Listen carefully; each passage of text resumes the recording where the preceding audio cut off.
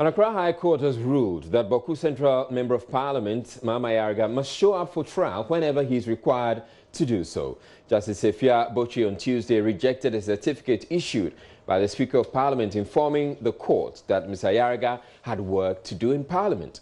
The MP is in court on various charges, including tax evasion.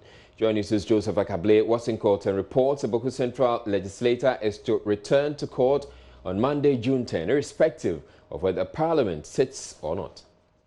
There are two cases filed by the special prosecutor against the Boku Central Member of Parliament, Mahama Yarga. One relates to the procurement of ambulance for his constituency, with the other dealing with tax evasion and the importation of 3 vehicles.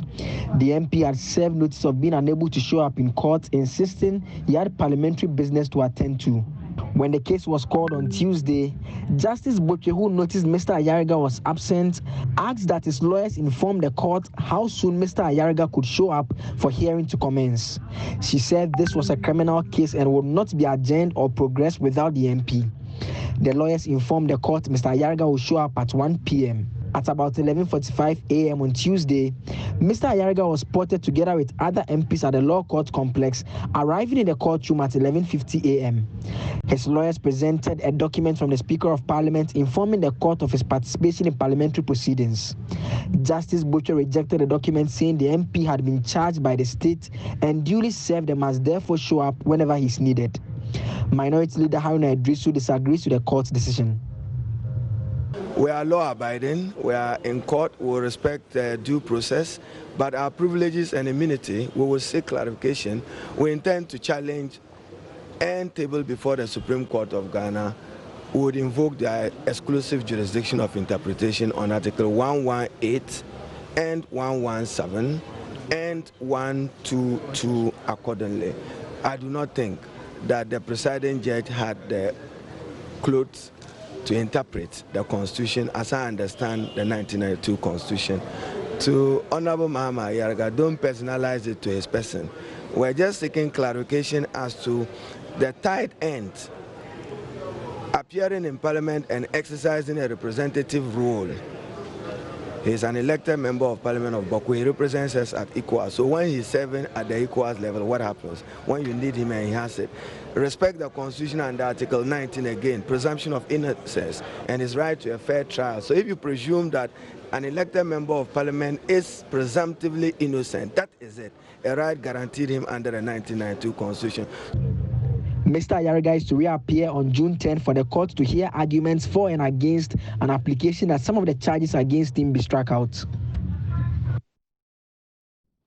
Speaker of Parliament Professor Michael Kwe is meanwhile asking the High Court to schedule its processes to Boku, so Boku Central MP Mama Yarga can be tried only when Parliament is not sitting.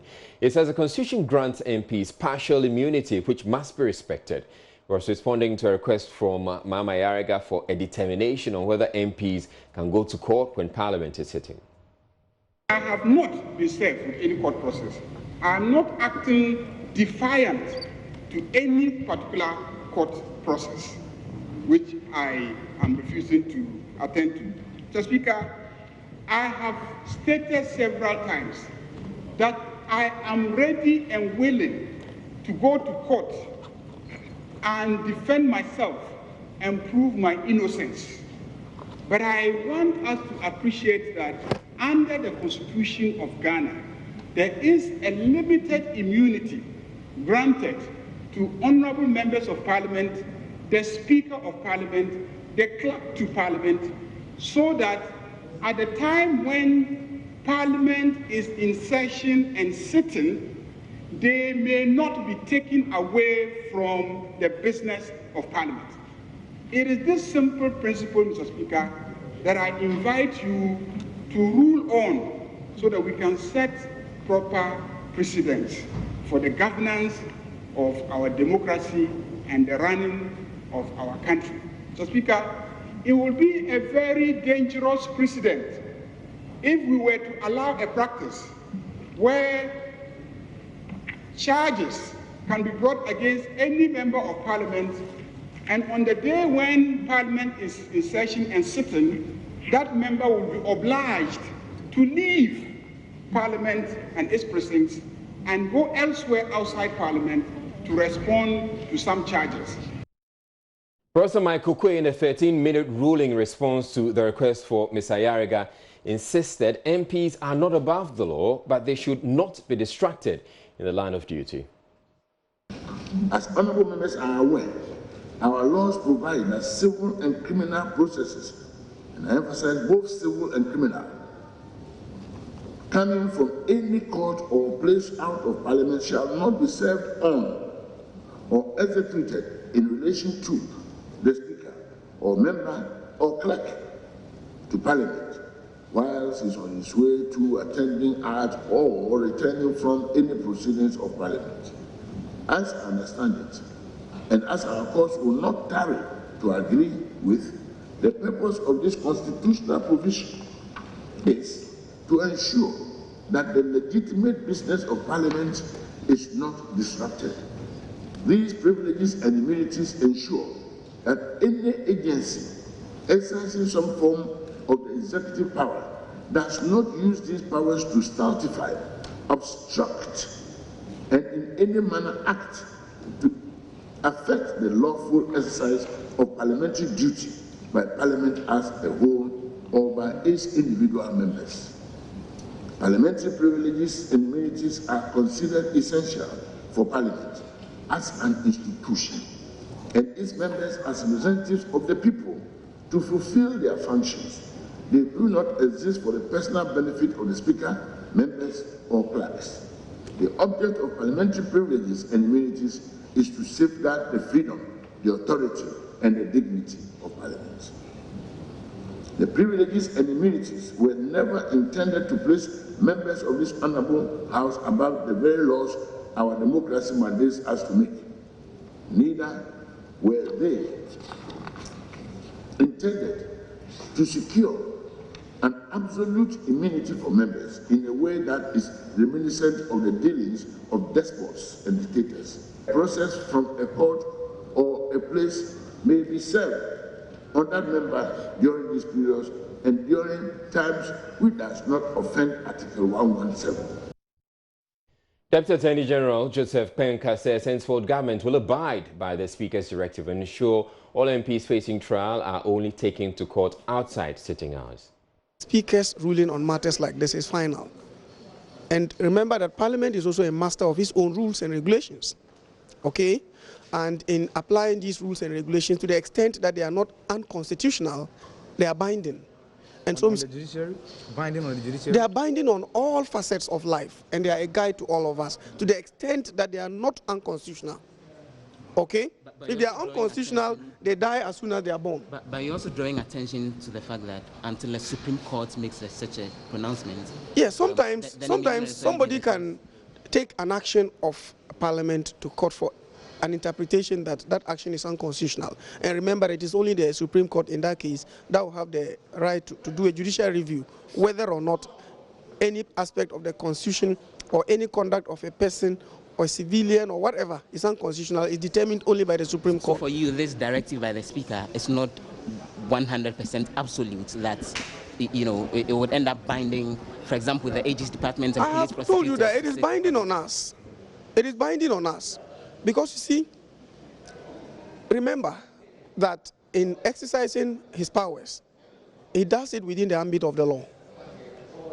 Mr. Speaker is not acting the role of an octopus. He's doing what is lawful. Okay? And so all the pronouncements he made this morning or this afternoon are in consonance with the spirit and letter of the Constitution, the powers vested in him by the Constitution and the standing orders. And the Aegis Department will respect. So we will definitely respect any other. When Parliament is sitting. Of course, you see, the purpose of it is, if you had the Honorable Mama Ayariga and if you had Mr. Speaker, if you have a government that wants to target members of the opposition and deal with them, all you need to do is to make sure that you institute, however frivolous those actions may be, institute them against such honorable members, get them disabled from coming, and then they are unable to say anything, and then you have your unpopular policies, however they are, passed through. Moving on, former President Jerry John Rawlings is calling for a review of the Fourth Republican Constitution to remove clauses that protect top political actors and embolden some of them to to abuse their office and profit from their positions. It says some clauses in the 1992 Constitution have become obsolete and need to be reviewed to suit contemporary times. Clause 1 of Section 34 of the 1992 Constitution states that no member of the Provisional National Defense Council, Provisional National Defense Council Secretary, or other appointees of the Provisional National Defense Council shall be held liable either jointly or severally for any act or omission during the administration of the Provisional National Defense Council. But speaking at the 2019 commemoration of the June 4 uprising at Nungwa here in Accra, the former president mentioned the indemnity and transitional clauses as one of those that should be reviewed. Fellow countrymen and women, there are many constitutional clauses that do not serve our interest. Over the years, the indemnity clause has emboldened certain characters to abuse their offices and profit massively from them, or profit themselves. It is quite evident that a lot of our people are losing confidence in our constitutional mandate. The Constitution of the Fourth Republic was created by us, for us, and to serve us. And in light of the 25 years, there is an unqualified need to reform or rewrite our current Constitution. An urgent Constituent Assembly ought to be established with the necessary powers to rewrite this Constitution. Their job would involve reviewing all the constitutional clauses, especially the problematic ones, like the transitional provisions, the indemnity clause, amongst others. This will ensure that everyone is equal before the law, encouraging transparency, accountability, and responsible governance. The Constituent Assembly will hopefully embody the character of the Ghanaian people towards fashioning out a developmental agenda that is devoid of blind party allegiances and unscrupulous political promises. But in the clapback of a sword, Esther Odate Wellington, daughter of the late Major General Odate Wellington, who was executed in the June 4 uprising, wants former President Rawlings to account for the death of her father. What I know is my father was killed illegally. There were other heinous crimes perpetrated in that era. Everybody who was involved in that has to face the full rigors of the law. If Mr. Rawlings is saying that the indemnity clause is preventing others or is creating an air of invincibility, I would ask him to remove the log in his eye before he talks about the speck in somebody else's eye. He should present himself. He should be man and say that he does not want to be covered by the indemnity clause, and then we shall take it from there. So Dr. Wellington has been speaking with Joy News after visiting the exact spot her father's lifeless body lay some 40 years ago. She opens up about hoping to find closure after 40 years of avoiding the Nima police station where her father was killed on June 4, 1979.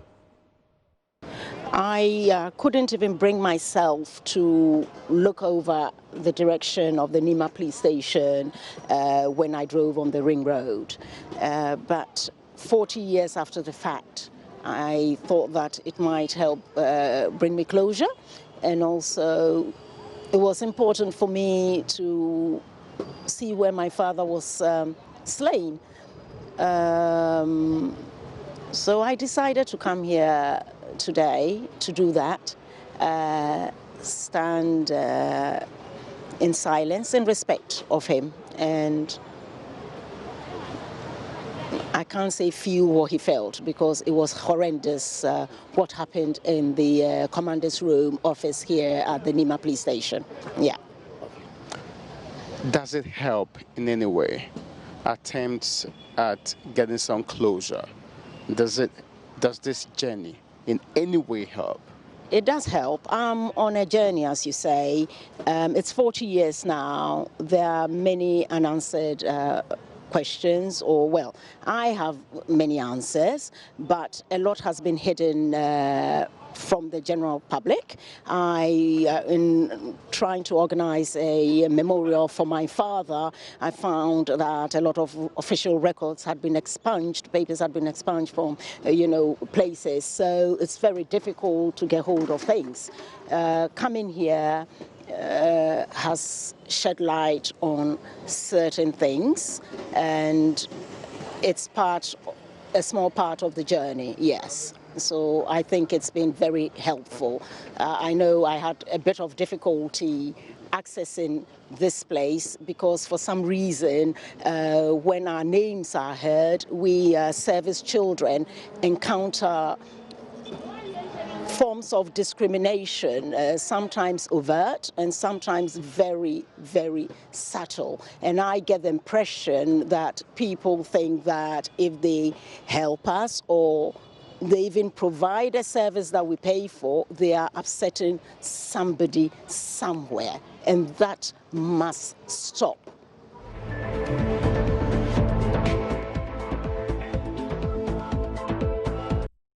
The coalition of non-governmental organizations against mining in the Tua Forest Reserve is demanding that government ceases all exploration activities of bauxite mining in the country, especially in the Tua Forest, until a broader stakeholder consultation is undertaken.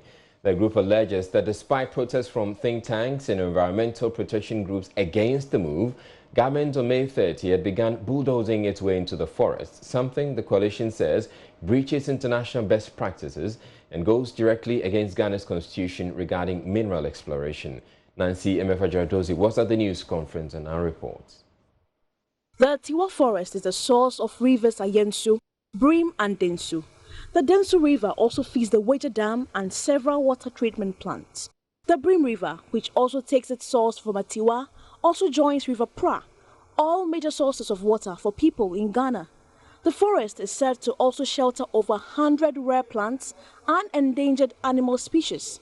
In July 2018, the government in the mid-year budget review announced a $2 billion deal with a Chinese engineering firm, Sino Hydro Group Limited, to fund infrastructure projects in exchange for Ghana's refined bauxite, which would be mined at the treasured Atiwa Forest. The government has reached agreement with Sino Hydro Group Limited of China for a barter arrangement under which Sino Hydro will provide $2 billion of infrastructure of the government's choice in exchange, Mr. Speaker, for Ghana's refined bauxite. Many civil society organizations, through several press conferences and demonstrations, have kicked against government's decision as they believe mining in the forest reserves poses threat to human and animal lives in the country. It is estimated that water for at least 5 million Ghanaians would be at stake if a Atiwa forest is mined. 73-year-old Kofi Amankwa Adams is one of those who would be affected. He is scared that his children and grandchildren will have to thirst in years to come.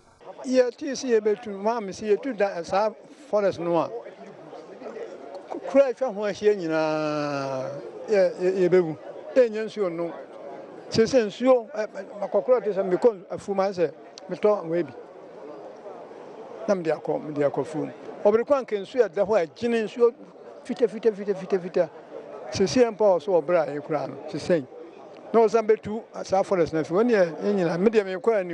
73 years now. Despite protests from think tanks and environmental protection groups against the move, government on the 30th of May 2019 began bulldozing its way into the forest. The coalition of non-governmental organizations against mining in the Atiwa Forest Reserve says that was a breach in international best practices and goes directly against Ghana's constitution regarding mineral exploration. The current activities violate Ghana's constitution, Ghana's Forest Act 1927, Ghana's operational guidelines regulating mineral exploration in forest reserves for selected companies, and Ghana's environmental guidelines on mining in production forest reserves. Relevant international treaties Ghana has ratified and the nature protection statuses accorded to the Atiwa Forest Reserve. Most importantly, our laws require that environmental assessment is a prerequisite for development undertakings such as these. Just a few meters away from the Jubilee House is a giant billboard that's been mounted by the concerned citizens of Atiwa Forest Reserve. And this contains a speech delivered by the president at the Rebranding Africa Forum. And it reads, "In our quest to develop, our beautiful lands and rivers are under threat. Once majestic and awe-inspiring water bodies have been polluted." But addressing the media earlier today, spokesperson for the coalition, Darrell Bosu, charged the president to honor his promise of protecting the environment. Atiwa Forest alone contributes to SDGs 1, 2, 3, 6, 11, 13, and 15. Exposing Atiwa Forest to bauxite mining will compromise the SDGs. This is when your calling to serve as advocate and co-chair for the Sustainable Development Goal matters most. Otherwise, we are sorry, you are just using your position to preach virtue on international platforms while you actually practice vice at home. The people of Atiwa are demanding the government protect the crown jewel of Ghana's forest. Nancy Emefa Jadosi, Joy News. He fell from a fruit tree when he was only 6 years old in the Oti region village of Akpasukobe. 5 years on, Bismarck Tevo, who dislocated his spine during the fall, has developed a hunch on his back in what doctors are describing a complex case called kyphosis. He can hardly walk, sit, or even engage in activities like every normal child as a result. Journalists Komladom and Fred Kwame report the little boy is on the verge of dropping out of school as family and relatives race against time to get medical intervention for him. A little boy's childhood robbed by a hunt for a small yellow mumbling fruit 5 years ago. Bismarck Tevo, born without a deformity as the first of 3 children, in the company of his friends, would have a life-threatening health condition after he fell from the tree. I fell from the mumbling tree when I was very young. I went to get fruit with my friends. I didn't tell my mom when I got home because I was scared she would beat me. Like many boys his age in the Oti region town of Akpasukobe, the hunt for the mumbling fruit was routine. But as Bismarck fell from the height and landed on his back, it marked the beginning of years of pain, trauma, taunts, and later ridicule from people.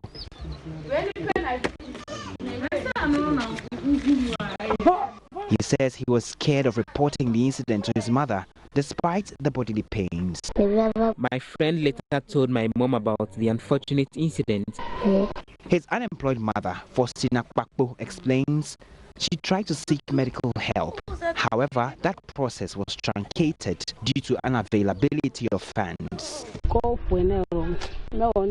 We visited the hospital again after a year when we realized he started developing a hunch at his back. The doctors advised we send him to a bigger facility, but we couldn't go because we didn't have money.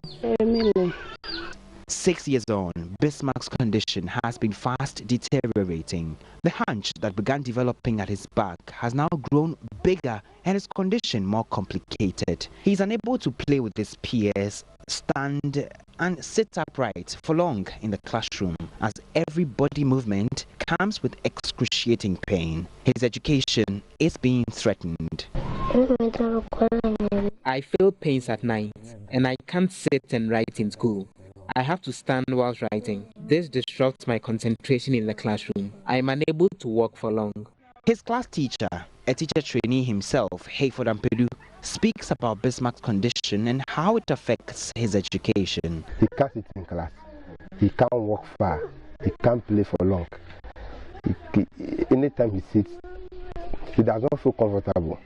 He stands before writing. I keep asking him, what's wrong? He keeps telling me he's okay, but I can see he's not okay. So always that's how his condition is. Little Bismarck and his family have lost hope. Each passing day means the condition of Bismarck is worsening.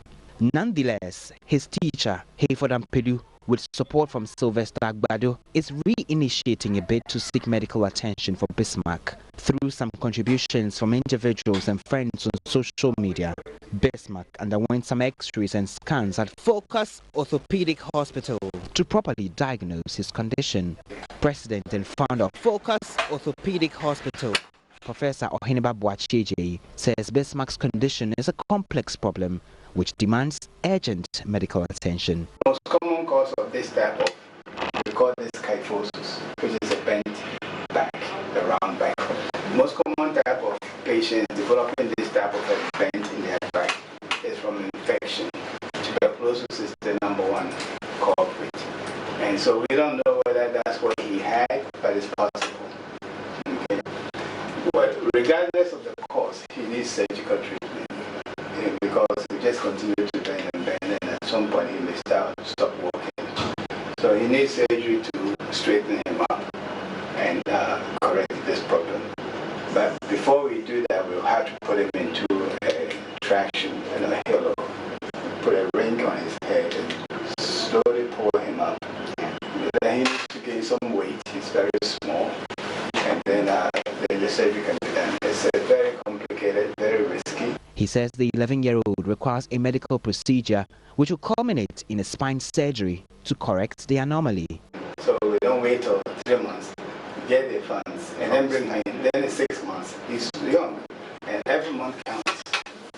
So I think we'll set him up for the MRI scan, CT scan, get the test, the echo and everything. That we can handle. Okay. Hospital authorities say the complex medical procedure will cost approximately 97,000 cedis. But family of a little boy says they are helpless. They want their son to live, but that is dependent on 97,000 cedis. His mother makes an appeal. I'm pleading with the general public to support me raise money for my son's surgery.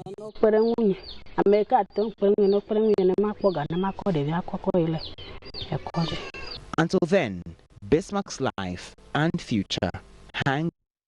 Board Chairman of the Minerals Commission, Dr. S.K. Boafo, says government's quest to sanitize artisanal mining will receive a major boost in July 2019 when the Commission kickstarts the distribution of some 1 million free palm seedlings to farmers and reformed galamseyers. He is therefore appealing to all illegal miners to quit the pits and embrace the opportunity. The seedlings from the Palm Plantation Initiative, a collaboration with Richie Plantation, are currently being nursed at Kwitia Kwaso in the Kwapim North Municipality of the Eastern Region. Join News' Latif Idris has more in the following report.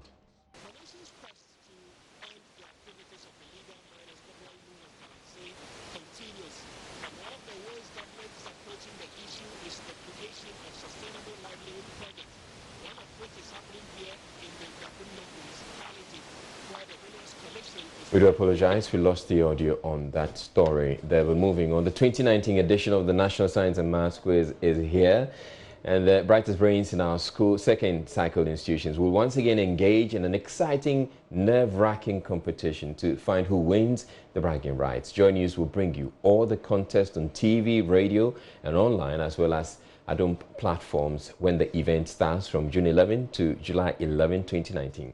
As part of our build-up to the fiesta, we will be reviewing the regional competitions to select schools to represent the various regions. Today, we put the spotlight on the Central Region, regarded as one of the powerhouses of NSMQ. 44 schools were pitched against each other in 9 separate contests, and the winners joined the 6 seeded schools for the Nationals.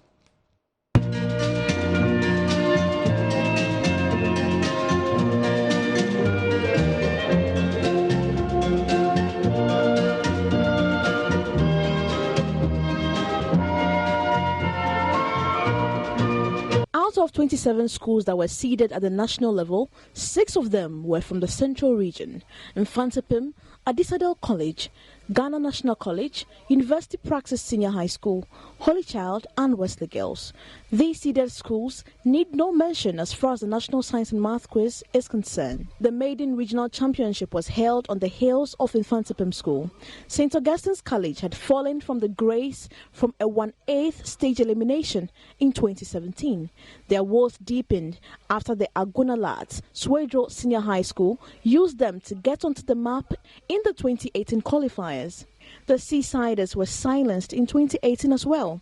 For 2 years, Ogasco lost their bragging right as they just had to accept watching the National Science and Math Quiz on TV instead of participating in the national competition.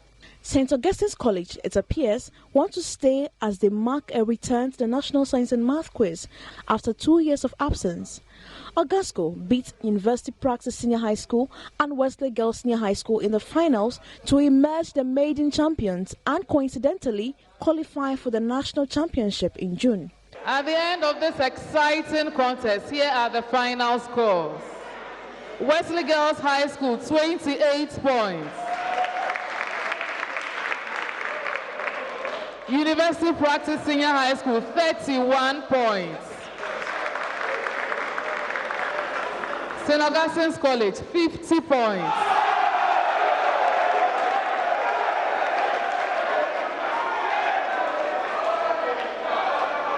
Though at par with University Praxis Senior High School, at the end of the first round with Wesley Girls trailing with 14 points, Ogasco jumped the lead in round 2 and there seemed to be no stopping them. They won the final round with a whopping 50 points with University Praxis on 31 points.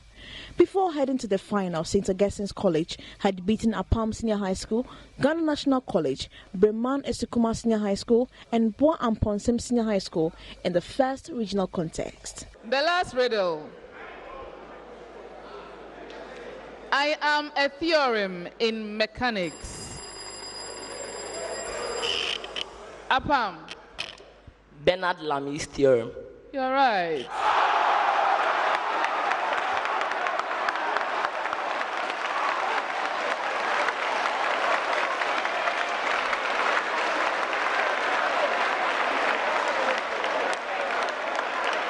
At the end of this exciting contest, here are the final scores. Buamponsem Senior High School, 12 points. Breman Esikuma Senior High School, 21 points. Ghana National College, 26 points. Apam Senior High School, 43 points.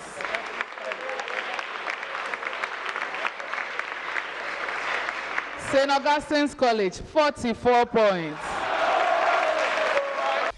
University Praxis Senior High School also beat last year's finalists at Artisanal College, who have already booked a place for the Nationals, Swedro SHS and Edinaman Senior High School to make the final. Where Gehe had seen off Infantipim School, T.I. Amase Kumfi, Asin State College and Winneba Senior High School to make it to the regional finals. The likes of Infantipim, Adisadel and Wesley Girls Senior High Schools were all tipped as favorites to win, but St. Augustine's College had different ideas. Surely, the national competition will clearly determine where any of these schools stand.